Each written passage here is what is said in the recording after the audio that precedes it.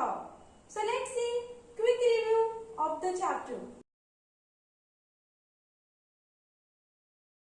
Flower is a usually most colorful and beautiful part of the plant which serve as a reproductive organ. It is attached to the shoot by means of stalk.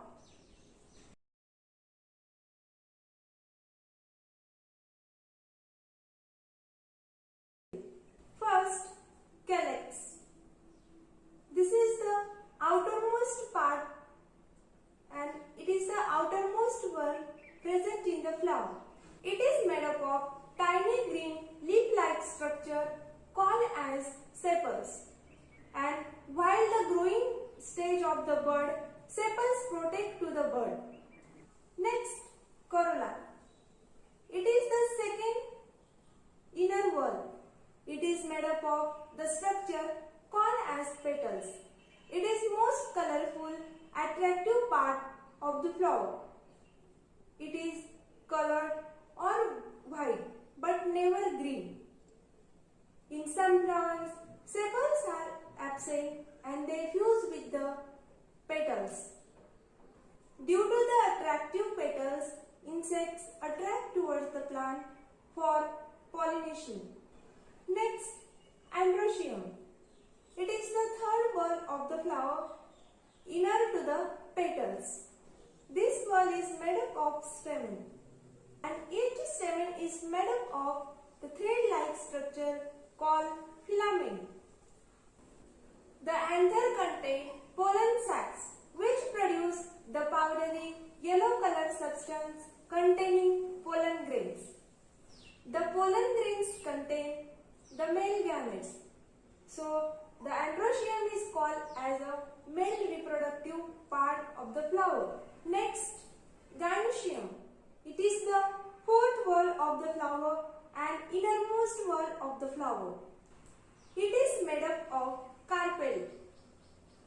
The carpel consists of three parts such as the ovary at the base, the tube-like structure called as a style, and style arises from the ovary. Style has an expanded stigma at the tip. The stigma receives the pollen grains and the stigma transfers the male gametes of the pollen grain into the ovary. The ovaries contain the small rounded bodies called as ovules, and the ovules contain the female gametes. That's why gynoecium is called as a female reproductive part of the flower.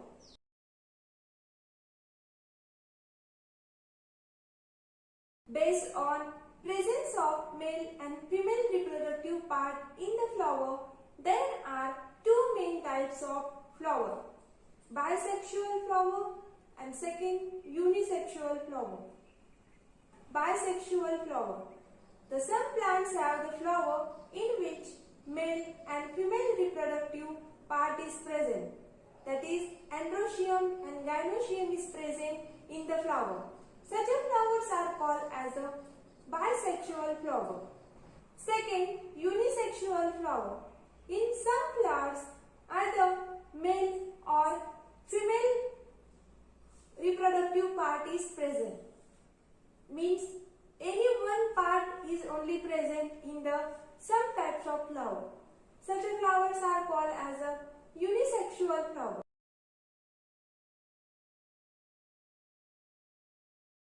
Main function of flower is to produce fruits and seeds. Pollination is the process of transfer of pollen grains from anther to the stigma of the flower. There are two types of pollination: self-pollination and second, cross-pollination. Self-pollination. It occurs within a same flower or between the flower of the same plant. In this pollination, the pollen grains from the anthers falls on the stigma of the either the same flower on another flower on the same plant.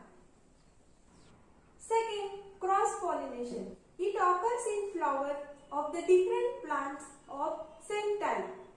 Here, pollen grains are transferred from the anther of one flower to the stigma of the another flower on another plant of the same kind. First, insect. Honeybee, butterflies visits to the flower for collecting nectar. During this, the pollen grains sticks to their mouth parts, legs and wings. Insect visits to the other flower of the same kind. The pollen grains falls on its stigma and bring about fertilization. This is possible due to agent of pollination, that is insect. So it is called as insects pollination. Second, wind. The stem of the plants like maize, pine, palm, they produce the dry pollen grains in large amount. When these flowers are mature, these pollen grains are blown away by wind. If they happen to fall on feathery stigma of the flower of the same kind, then pollination occurs. The pollination occurs due to the wind is called as wind pollination. Water is also the agent of pollination. In the pollination process, if pollen grains are carried out by water agent, then it is known as water pollination. The water pollinated flower is Vallisneria. Animals. Some of the animals like bats also acts as agents of pollination. When they visit flowers, they also carry pollen grains with them for pollination. Fertilization. When pollen grains are landed on the surface of the stigma, they germinate and produce the pollen tubes.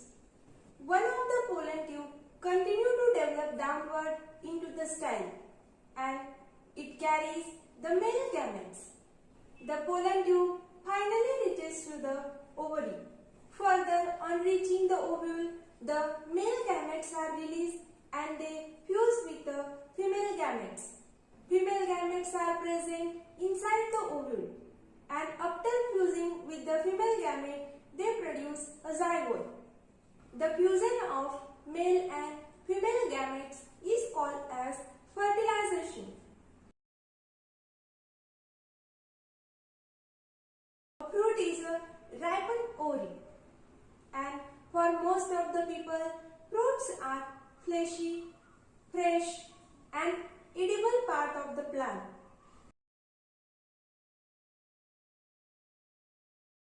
Pericarp is also called as a fruit wall, which develops from the wall of the ovary.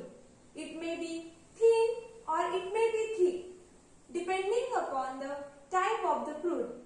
Pericarp contains three parts: epicarp, mesocarp and endocarp.